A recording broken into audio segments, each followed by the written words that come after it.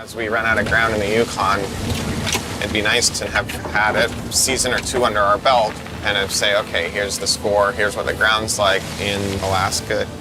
Got to keep your mind on the future, right? In the frozen depths of the Yukon, Parker Schnabel has uncovered something far beyond an ordinary gold strike. A jaw-dropping $60 million find that unlocked a mystery buried in silence for over a century. What started as a daring mining season has now turned into a discovery that could rewrite history itself.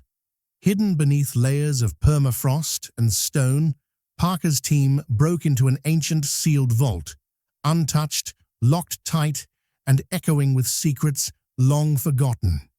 Rumors spread like wildfire. Was this the hidden fortune of a lone prospector?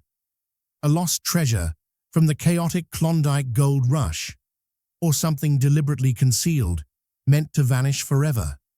The revelation has shaken not just the mining community, but everyone watching Parker's relentless chase for gold. As he closes in on his $60 million haul, the real prize may be far more than gold. It may be the truth that Chamber is guarding. The Yukon's icy silence is crumbling, and its past is ready to speak. Parker's greatest strike cannot be measured in ounces of gold, but in the secrets locked away for more than 100 years. And if you think this is the final surprise, think again. When that chamber finally opens, what lies inside could change the story of the gold rush forever. So don't miss a second. Hit that like button, smash subscribe, and turn on notifications. Because the gold isn't the only thing being uncovered this season. Secrets buried for over a century are finally rising to the surface. Stay tuned. The real story is just beginning. When Parker Schnabel announced his new season goal, jaws dropped. Not 15 million, not 20, but a clean, round $60 million in raw gold. It was a number so absurd that even the most seasoned miners rolled their eyes. Gene muttered, "He's lost it," while Mitch stared, half in awe, half in disbelief.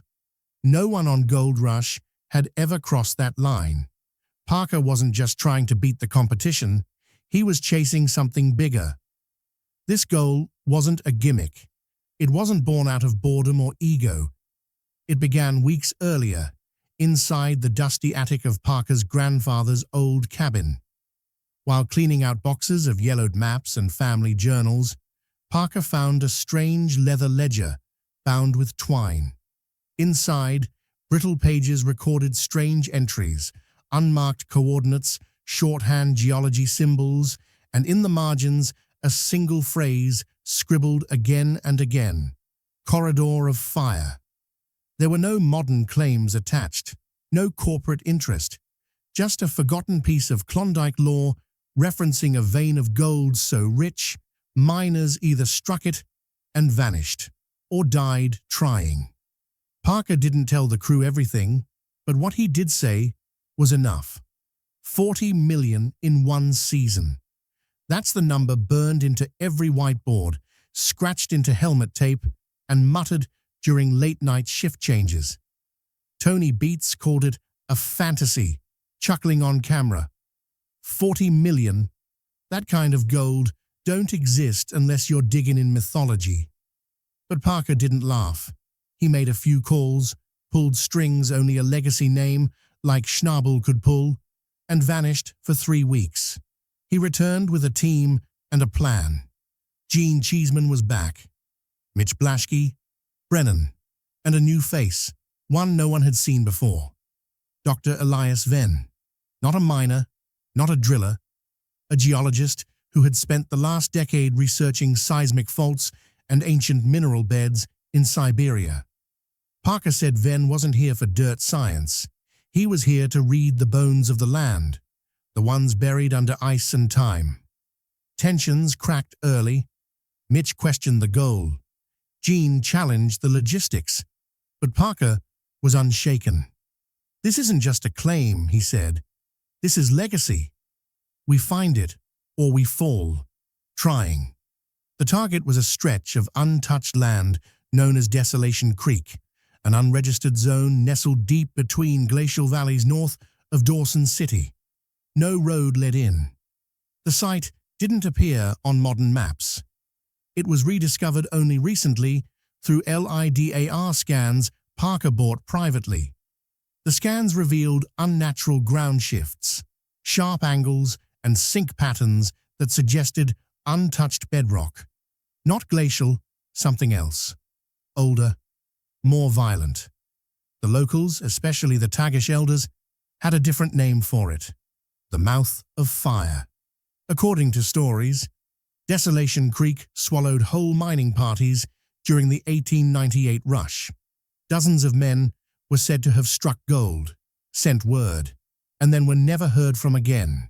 The bodies were never recovered, the trails never traced. None of that mattered to Parker. By early spring, he launched an airlift operation unlike anything seen in gold rush history. Choppers and cargo planes delivered over 600 tons of equipment to the site, piece by piece. At the heart of it all, Titan X, an $8 million custom-built wash plant, a machine so powerful it required its own mobile generator unit and a dedicated team of round-the-clock engineers. It had never been tested in real-world conditions. Parker didn't care. It would work, or it would die. The landscape was brutal: moss-covered pits, fallen timber. The air smelled like ice and copper. As the crew began setting up camp, Mitch walked a little too far from base and nearly tripped over something buried in the underbrush. An old mining helmet, rusted, split at the rim, dead center, a perfect bullet hole. No one spoke for a moment. Then Gene muttered, "People don't die that clean unless they saw something they weren't supposed to." Titan X was lowered into position by crane, steel screeching as cables strained. The crew watched as the final power line was connected. The machine came alive with a deep, vibrating hum. Parker stared at it like it was a sleeping beast, one that would either feed them or eat them. The first test run began at sunrise. Within the hour, chaos broke loose. The sluice flooded. Pumps screamed. Gold-rich pay dirt poured out the wrong channel, washing thousands of dollars straight into the drainage pit. The pressure regulator failed. Water gushed through gaps in the system. By noon, they had lost 3 days' worth of material. Mitch slammed a shovel into the mud. Brennan cursed and ripped off his gloves. The air was filled with static and swearing. Meanwhile, Dr. Venn wasn't watching the wash plant. He was 10 yards away, crouched over an exposed core sample taken from beneath the pit. His face was pale. What he found wasn't gravel. It was fractured granite, shot through with quartz and, a few feet lower, signs of slow movement. Groundwater, pressure, a subterranean flow. He gathered the crew in silence and pointed to the sample. "There's a river moving beneath your pit," he said. "Not surface runoff. A full-body channel. The ground is alive, and if it shifts, this whole site goes under." Parker stared at the sample, then at Titan X, still wheezing smoke and water through its vents. For a moment, it looked like he might reconsider.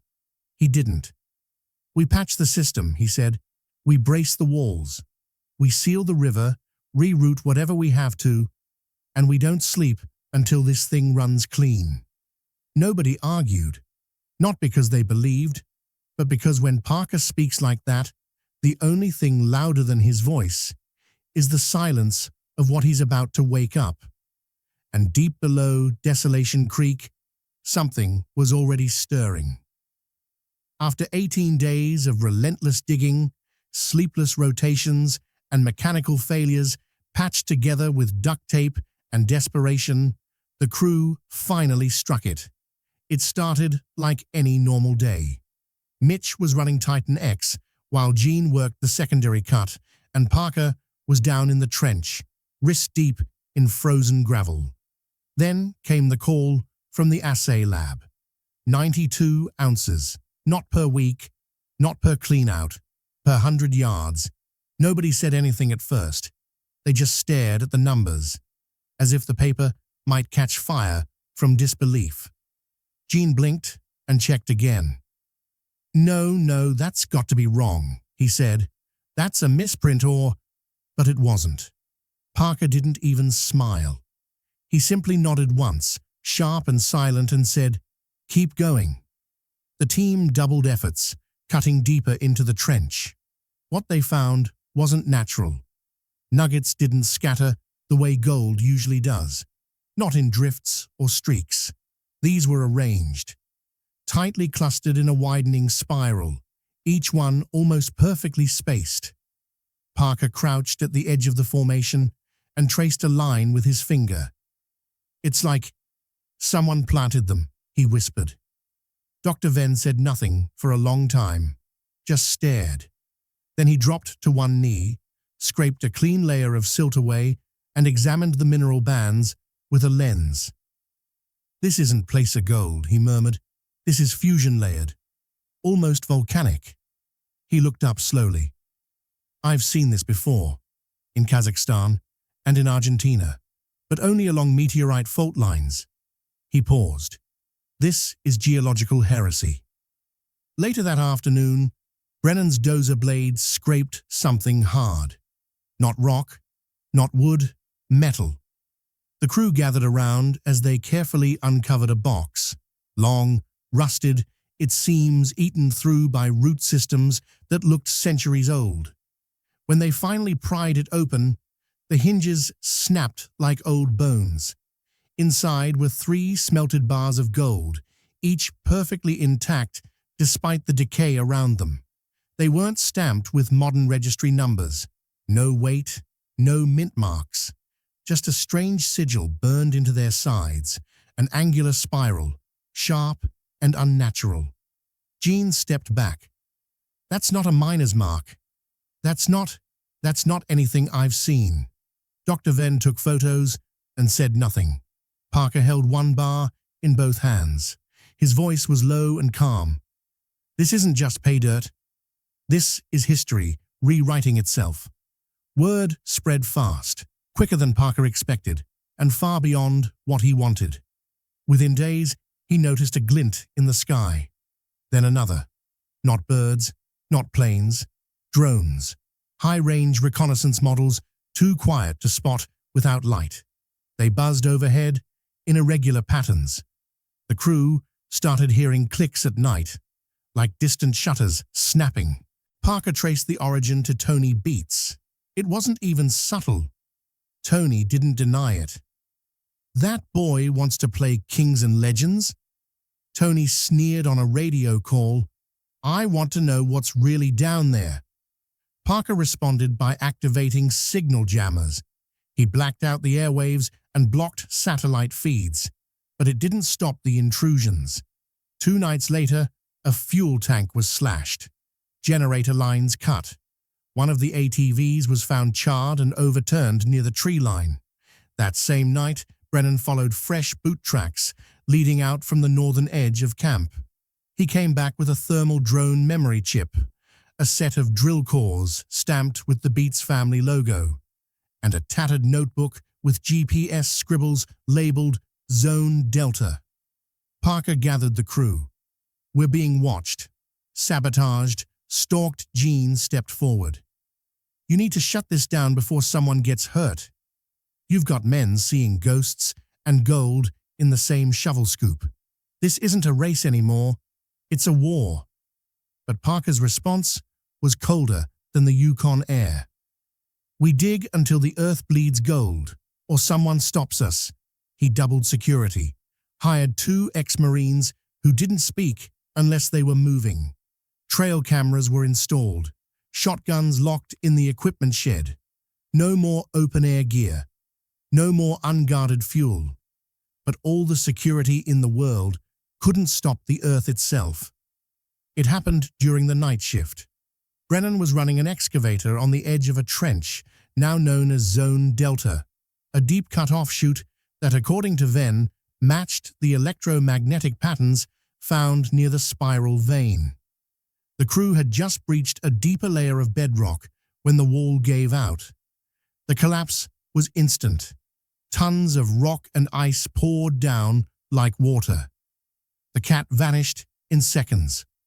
By the time the dust settled, all they could see was a broken antenna and one cracked floodlight flickering beneath the surface. What followed was a 6-hour rescue. Frantic, cold, and barely coordinated. Floodwater rose fast. Pumps jammed. No one knew if Brennan was alive. Gene and Mitch worked in shifts to haul out debris by hand, cutting lines, rerouting flow. No one spoke. No one slept. They found him curled in the cab, unconscious, hypothermic, wedged between a collapsed roll cage and the seat. His skin was grey, his pulse shallow. They pulled him out with ropes and heat blankets. He woke up just long enough to say one sentence: "Don't go back down." He refused to return to the trench. He wouldn't even walk past it. But Parker did. While inspecting the collapse cut, Gene spotted something embedded in the far wall. Metal rail tracks, narrow gauge, turn of the century. A few feet away, the beam of a flashlight caught glass. Intact oil lanterns, still coated in soot.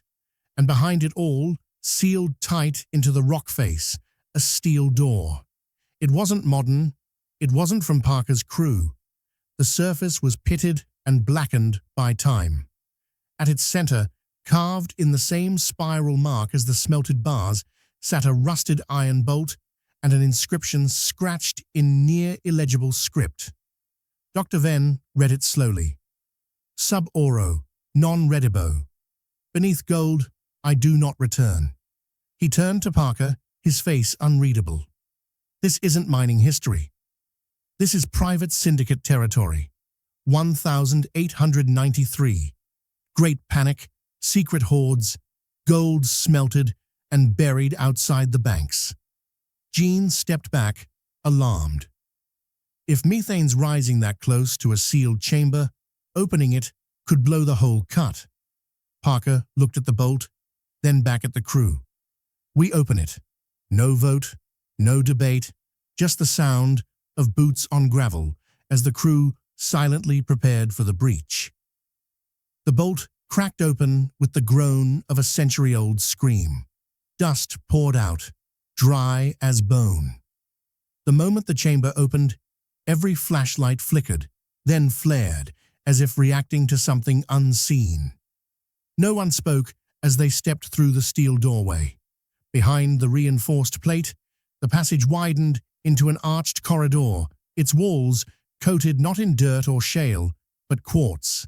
Not ordinary quartz. These crystals pulsed faintly under light. The color not quite white, closer to silver with a tinge of violet.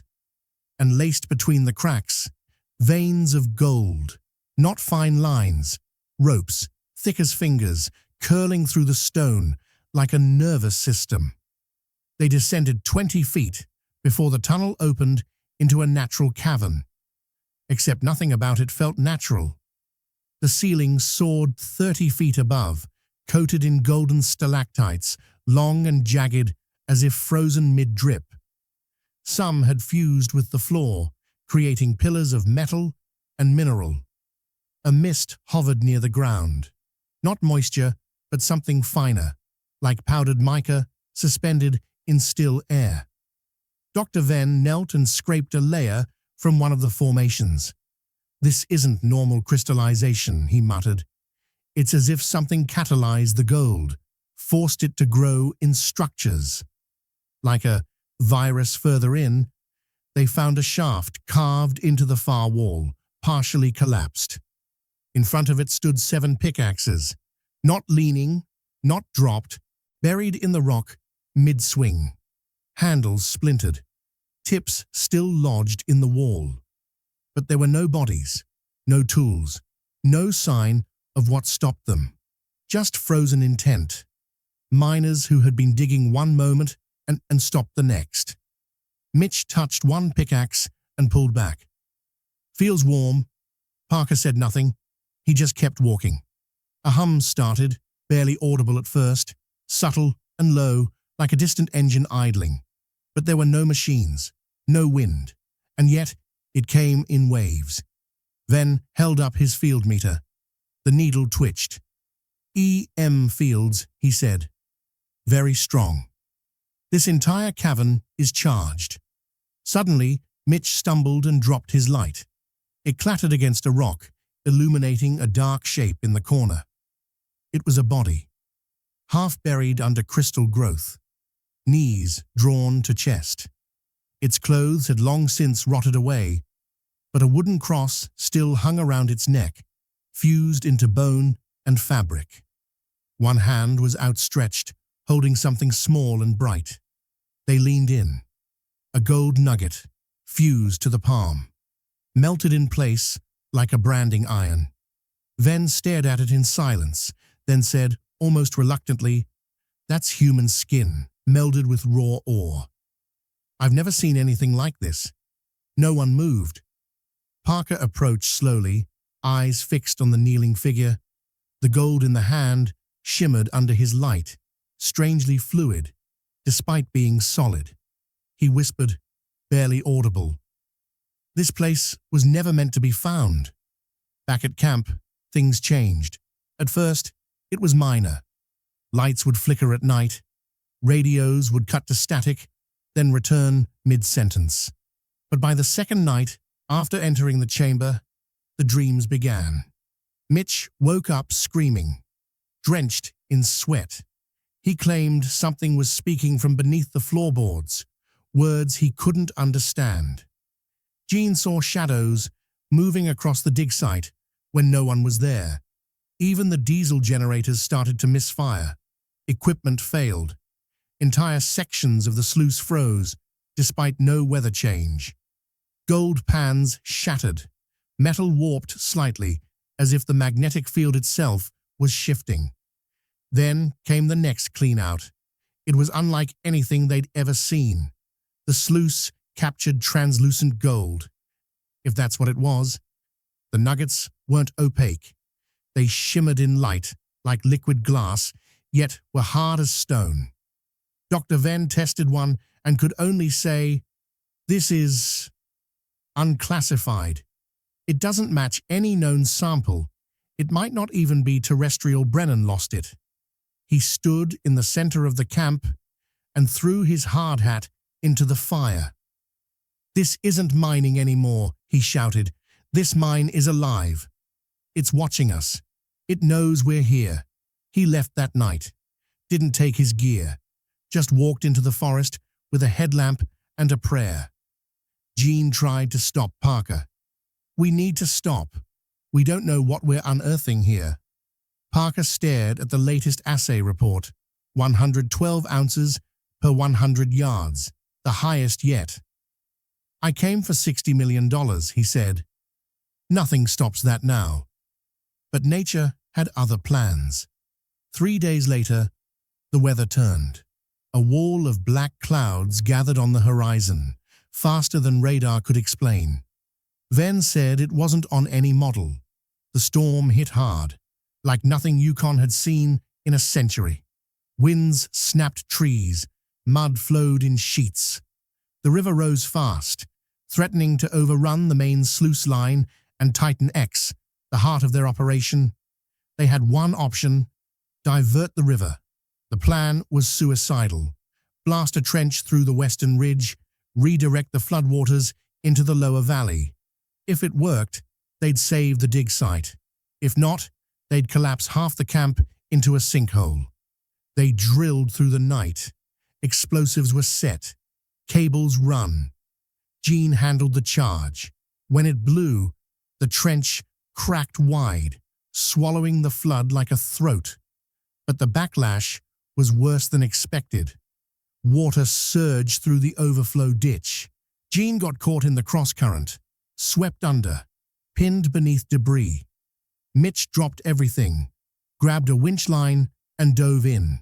The current was vicious. Logs smashed against the walls. But Mitch reached him, tied the line around Gene's chest, and hauled him out just as the bank gave way behind them. Gene's leg was broken in 2 places, but he was alive.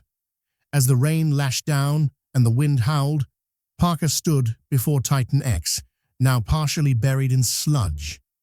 The pay dirt, richer than ever, was flooding in. He gave the order, one final push. Titan X roared back to life, dragging gold from the depths of the cursed chamber as the world above collapsed around them. The numbers began rolling in as the Yukon sun finally broke through storm-torn clouds. Day 96. The weigh-in tent was silent, except for the clink of gold being poured into industrial crucibles, each filled to the brim with history, sweat, and something else, something that still shimmered in the crew's dreams. They started slow. The first melt came back at $7.2 million, clean, dense, heavy.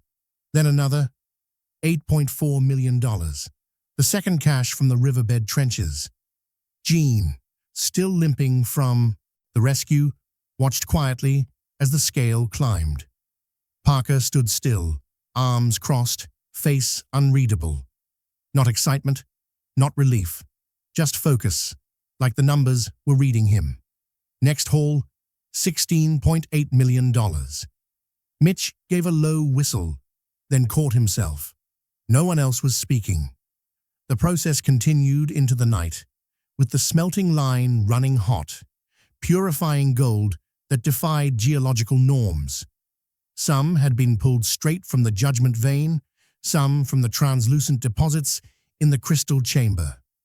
All of it weighed, tested, catalogued.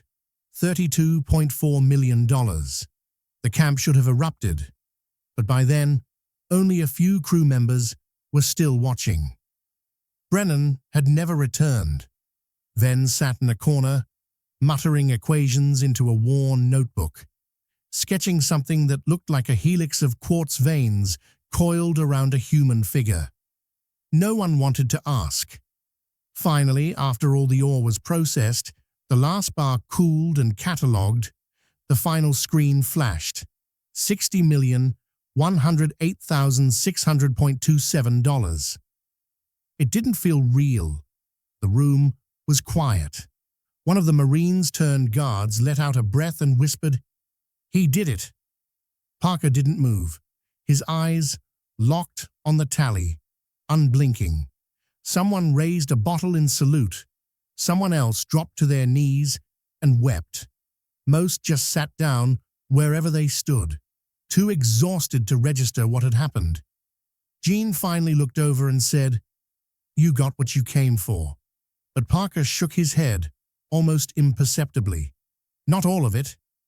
Venn approached him later, under the pale floodlight haloing the now sealed shaft.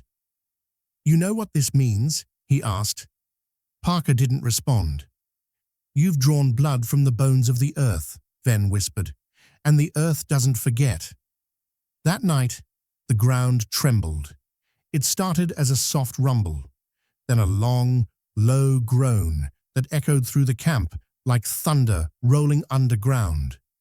The gold chamber, the one beneath Zone Delta, where the ancient tools still rested mid-swing, collapsed. Monitors showed seismic waves rippling through the granite below. Satellite feeds from their comms tower caught the earth folding in on itself, the quartz walls imploding in a silent avalanche of crystal and dirt. By morning, it was gone. The entrance sealed, the fault line erased. Whatever had been beneath Desolation Creek, whatever had pulsed, hummed and melted flesh with gold, was buried again. Parker stood at the edge of the crater, silent. The sun rose behind him, cold and sharp. In his hand, he held a small nugget, warm and translucent, like frozen honey. He crushed it in his fist, without a word. The season ended, but the story didn't. News spread fast. A $40 million haul on record. the largest single-season gold find in gold rush history. Media blitzed the site. Satellite crews, bloggers, documentary producers, everyone wanted a piece. Everyone wanted a quote. Parker gave none. He skipped every interview, ignored every syndicate offer. The reunion episode aired without him. Rumors flew he was sick, hospitalized, unstable, but none confirmed. Tony Beats gave a single interview to a Yukon radio station. "Look, kid found something," he said. "Something big, maybe too big. He's rich now, but I ain't sure he's okay in the head. He saw something in that hole, and I think it saw him back." Then came the rumors of the buried cash. Whispers in the mining community spoke of Parker trucking half the load to an undisclosed site deep in the Yukon. No coordinates, no permits, no taxes, just vanished. Some said it was superstition. Others claimed it was self-defense, that whatever energy they'd awoken in the mine would track the gold like blood. Only one photograph ever surfaced after the finale. A drone camera caught Parker alone, seated in the tundra, no crew in sight. He wore no jacket, despite the cold. In his lap sat a single, twisted gold crucifix, its arms melted into a spiral. He wasn't looking at it. He was looking past it, into nothing. Then he disappeared. No credit card activity, no known properties, no contact. The last confirmed sighting placed him crossing the border into Alaska with a single unmarked truck. No license plates, no companions. The world moved on. But the ground did not. 6 months later, a minor seismic pulse triggered alarms at the old claim. Small, barely a ripple, but satellite images revealed new cracks forming at the edges of the collapsed shaft. Steam rose from the ground, hot, wet, and smelling faintly of sulfur and copper. A drone team sent for environmental monitoring captured strange audio on their flight. Static, then a frequency spike, followed by a voice. Some said it spoke a name. Others said it laughed. Recovered near the rim of the pit, buried beneath ash and broken quartz, was a mud-covered camera. Inside it, a single note. "We didn't find gold. We found what gold hides." To this day, the footage has never been released. And Parker? Still missing. Some claim he found something too large to name. Others say he saw too far and turned back. But in the last frame captured by thermal imaging over Desolation Creek, a figure appears, part shadow, part statue. It rises from the earth like a buried god. Gold-plated, half human, half fossilized, and pulsing faintly in the chest, under layers of ore and bone, is something not yet dead.